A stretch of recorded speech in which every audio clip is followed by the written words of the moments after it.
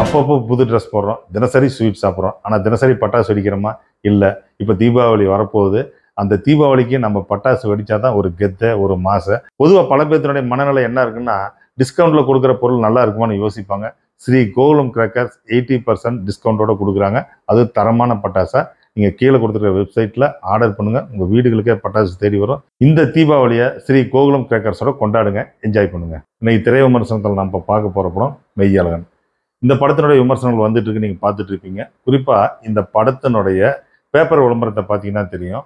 1950, 60களில் நடிகர் திலகம் சிவாஜி கணேசன், பாலாஜி இவங்க 2 பேர் இருக்கிற மாதிரி, சிவாஜி கணேசன், எஸ்எஸ்ஆர் இவங்க 2 பேர் இருக்கிற மாதிரி நாம் அப்போ பார்த்த மாதிரி இப்போ வந்து கார்த்திக் அரவிந்த் சாமி கம்போஸ் பண்ணி ஒரு மோனோ கலர் டோனில் ஒரு பிளாக் அண்ட் ஒயிட் காலத்து படம் மாதிரி இப்போ அட்வர்டைஸ்மெண்ட் கொடுத்துருக்காங்க. இந்த அட்வர்டைஸ்மெண்ட்டுக்கும் இந்த படத்தினுடைய உள்ளே இருக்கிற கதைக்கும் நிறைய தொடர்பு இருக்குது. அதுதான் என்ன அப்படிங்கிறத இந்த படத்தினுடைய கதையிலையும் இப்போ நாம் பண்ண போகிற விமர்சனத்திலையும் தெரிஞ்சுக்குவீங்க. பொதுவாக இப்போல்லாம் சினிமாவில் வந்து ஒரு ஃபேமிலி ஓரியன்டாக சென்டிமெண்ட்டாக எமோஷனோ கலந்து கொடுக்கும்போது டக்குன்னு பார்த்தோன்னு என்ன சொல்லிடுவாங்கன்னா, இது வந்து சீரியலுக்கு உண்டான கதை அப்படிம்பாங்க. அப்படி கிடையாது. சீரியலுக்கு அடுத்தது வந்து சினிமாவுக்கு, இது 2க்கும் வெவ்வேறு கதை கிடையாது. எல்லாம் ஒரே கதை தான்.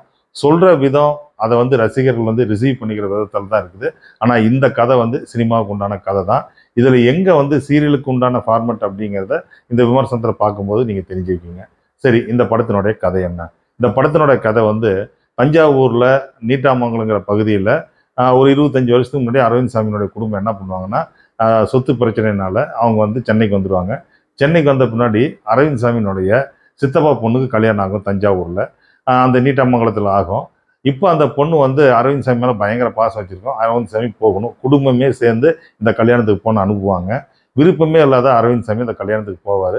போய் அவருக்கு எல்லாமே அந்நியமாக படும். பட் ஆனால் தெரியும் இவங்கெல்லாம் நம்ம சொந்தக்காரங்க அப்படின்னு சொல்லி இவர் பிறந்த குடும்பம், வாழ்ந்த குடும்பம், அதுக்கு அடுத்து வீடுகள், வீதி எல்லாத்தையும் பார்த்துக்கிட்டே போவார். இவர் மனசுக்குள்ளேயே வந்து ஒரு பதட்டம், ஒரு சின்ன பயம், அதுக்கு அடுத்தது வந்து வெறுப்பு, இதெல்லாம் இருக்கும். ஆனால் சந்தோஷம் மட்டும் இருக்காது, ஒரு எதிர்பார்ப்பு இருக்கும். போகிறோம், கிஃப்டை கொடுக்குறோம், கிளம்புறோங்கிற மூட்லேயே போவார். அப்படி தான் சொல்லிட்டு போவார். அங்கே போனால் கார்த்திக் வந்து மீட் பண்ணுவார். கார்த்திக் மீட் பண்ணும்போதே ஒரு 1000 வருடம் அவங்களுக்குள்ள உறவு இருந்தால் எப்படி இருக்குமோ அந்த உறவை அப்படியே அள்ளி கொட்டி காட்டி மச்சான் மச்சான் மச்சான்னு சொல்லி அரவிந்த் சாமி வந்து சுற்றி சுற்றி வருவார். அரவிந்த் சாமிக்கு தேவையானதெல்லாம் பண்ணுவார். பர்பஸாக அரவிந்த் சாமி அன்னைக்கு வந்து அந்த கிஃப்டை கொடுத்துட்டு ஊருக்கு சென்னைக்கு போகாத மாதிரி அவர் பிளான் பண்ணி வீட்டிலேயே தங்க வச்சுருவார். அன்னைக்கு அந்த வீட்டில் நைட்டில் நடக்கிறது என்ன, அதுக்கு பிறகு அரவிந்த் சாமிக்கும் அந்த குடும்பத்துக்கும் கார்த்திக்கும் என்ன தொடர்பு, கார்த்திக் யார், அரவிந்த் சாமி யாருங்கிறத கண்டுபிடிச்ச ரசிகர்களுக்கு அரவிந்த் சாமி வந்து கார்த்திக் என்ன உறவாகுது அப்படின்னு அரவிந்த் சாமியால் கண்டுபிடிச்சிக்க முடிஞ்சுதா இல்லையா அப்படிங்கிறது தான் இந்த படத்தினுடைய மீதி கதையை. இந்த படத்தினுடைய ஹீரோ கார்த்தியாக இருந்தாலும் இந்த கதை ஃபஸ்ட்டு சீன்லேருந்து எண்ட் ஆஃப் கிளைமாக்ஸ் வரைக்கும் அரவிந்த் சாமி மையப்படுத்தியே நகருது. ஒவ்வொரு சீனையும் அரவிந்த் சாமி எழுதிட்டு அதுக்கு தேவையான மற்ற ஆர்டிஸ்ட்டை வந்து கம்பைன் பண்ணி டைரக்டர் எழுதிட்டு வந்திருக்காரு. அதை அரவிந்த் சாமி பொறுப்புணர்ந்து நடிச்சிருக்காரு. இது வரைக்கும் தாலாட்டுங்கிற படத்தில் தான் அரவிந்த் சாமி வந்து ஒரு வில்லேஜ் கேரக்டர் நடிச்சிருந்தாரு. இந்த படத்தில் வில்லேஜ் கேரக்டர்னு சொல்ல முடியாது. தஞ்சாவூரில் பிறந்து வளர்ந்த ஒரு பையன் சென்னைக்கு போயிட்டு திரும்ப தஞ்சாவூருக்கு வரும்போது அவனுடைய ஃபீலிங் என்ன அப்படிங்கிறத அவர் வந்து எல்லாத்தையுமே கலந்து நடிச்சிருக்காரு. இது வரைக்கும் அரவிந்த் சாமி கிட்ட நாம் பார்க்காத ஒரு நடிப்பு, எமோஷன், சென்டிமெண்ட், அதுக்கு அடுத்தது அவர் எல்லாத்தையுமே கலந்து கொடுத்துருக்காரு.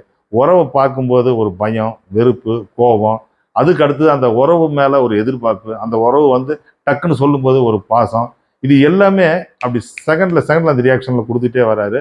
அந்த பிரமிப்பு வந்து அவர் நடிக்கும்போது டைரக்டர் என்ன சீன் சொல்கிறார், என்ன டைலாக் சொல்லியிருக்காருங்கிறத விட அரவிந்த் சாமியோட நடிப்பு மேலேயே நம்ம கவனம் இருக்குது. அது வந்து இந்த படத்துக்கு வந்து ஒரு பெரிய முன்னேற்றத்தை கொடுக்குது. அதுக்கு அடுத்தது கார்த்திக். தோலா படம் பார்த்துருப்பீங்க, பருத்திவரன் பார்த்துருப்பீங்க, நிறைய படம் பார்த்துருப்பீங்க, பையாலாம் பார்த்துருப்பீங்க. அந்த கார்த்திக் இதில் அப்படியே நடிச்சிருக்காரு. ஆனால் இந்த படத்தில் அதை விட கிராமத்தில் இருக்கிற ஒரு வெள்ளந்தியான எந்த எதிர்பார்ப்பும் இல்லாமல் உறவுகளை மட்டுமே கொண்டாடக்கூடிய ஒரு கேரக்டரைசேஷன் கார்த்திக் கொடுத்துருக்காங்க.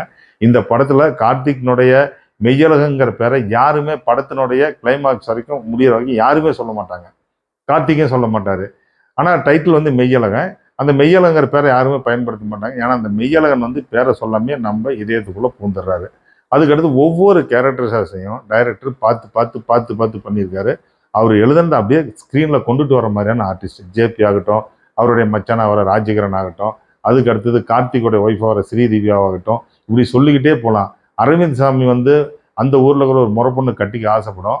அவங்க நீங்கள் பார்த்தீங்கன்னா நிறைய படங்களில் சின்ன சின்ன ரோலில் பண்ணியிருப்பாங்க. அவங்களுடைய ஃபீலிங்ஸ், அரவிந்த் சாமிக்கு சாப்பாடு வைக்கிறது, அப்படி தட்டிட்டு அப்படி போறதுன்னு சொல்லி ஒவ்வொரு கேரக்டரையும் ஒரு சின்ன சின்ன ஒரு சிவன் கோயில்கிட்ட பூ வைக்கிற ஒரு பொண்ணுடைய கேரக்டரைசேஷன் கூட டைரக்டர் வந்து கரெக்டான அளவோட எழுதியிருக்காரு. இந்த பொறுப்பெல்லாம் உணர்ந்து எல்லாருமே நடிச்சிருக்காங்க. ஸோ இந்த படத்துல எங்க மாற்று விமர்சனம் வருதுன்னா அதை இப்போ நம்ம சொல்ல போறோம். இந்த படத்தினுடைய டைரக்டர் சி பிரேம்குமார். ஏற்கனவே அவர் வந்து பார்த்தீங்கன்னா 96ங்கிற படத்தை இயக்கியிருக்காரு. அவர் வந்து அடிப்படையில் ஒரு கேமராமேன். இந்த கதையை அவர் எழுதும்போது தெளிவாக புரிஞ்சுக்கிட்டு எழுதியிருக்காரு. என்னன்னு பார்த்தீங்கன்னா ஃபர்ஸ்ட் சீன்லேயே இந்த படத்துக்கு உண்டான மையம் என்ன, சீன் என்ன அப்படிங்கிறது ஃபர்ஸ்ட் சீன்லேயே இந்த குடும்பம் பிரிஞ்சு போகுது, எல்லாமே அழுகுறாங்க, எமோஷனாக இருக்காங்க, பிரிஞ்சு போகிறாங்க, ஒரு சோகத்தை நம்ம மனசுக்குள்ள பதிய வச்சு இந்த கதை இப்படி தான் நகருதுங்கிறத நம்மள டியூன் பண்ணிடுறாரு. அதுக்கு அடுத்தது பார்த்தீங்கன்னா அரவிந்த் சாமி வந்து அந்த தஞ்சாவூர்ல இருக்கிற அந்த கிராமத்துக்கு வந்த பிறகு ஒவ்வொரு கேரக்டர்ஸையும் மீட் பண்ணிக்கிட்டே வராரு.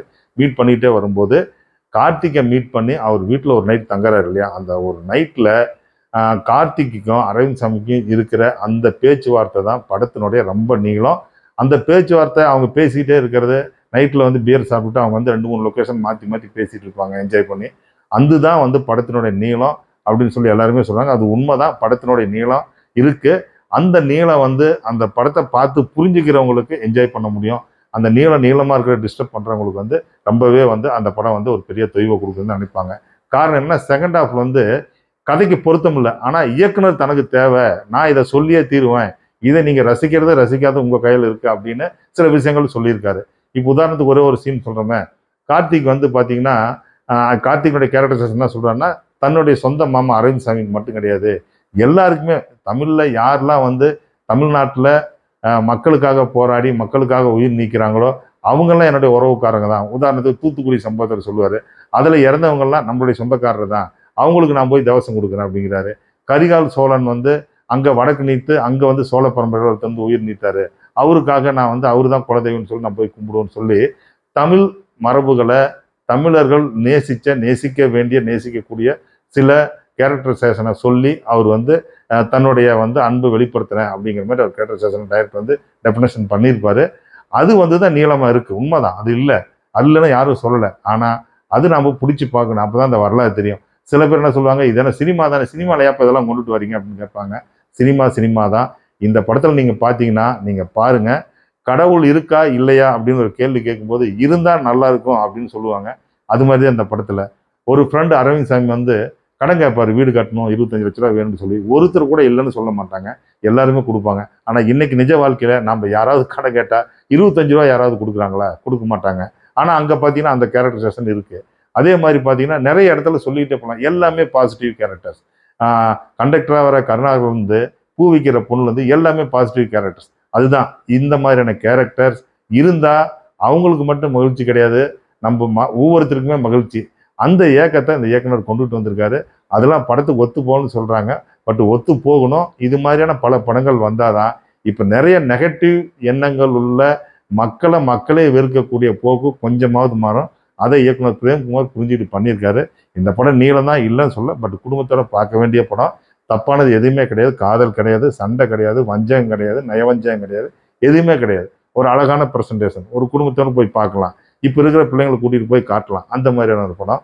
இந்த படத்தை வந்து 2 விதமான விமர்சனங்கள் இருக்குது, இருந்தாலும் நீங்கள் குடும்பத்தோடு போய் பாருங்கள், என்ஜாய் பண்ணுங்கள். இந்த படத்தினுடைய மற்ற டெக்னீஷியன்ஸ் கோவிந்த் வசந்தா, நல்ல பின்னணி இசை.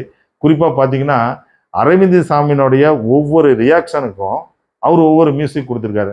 ஏன்னா இவர் ஏற்கனவே தமிழ் சினிமாவில் சில நல்ல பொறுப்பான படங்களை பண்ணியிருக்காரு. அந்த படங்கள்லாம் உங்களுக்கு தெரியும். அதுக்கடுத்து இந்த படத்தினுடைய ஒளிப்பதிவாளர் மகேந்திரன்.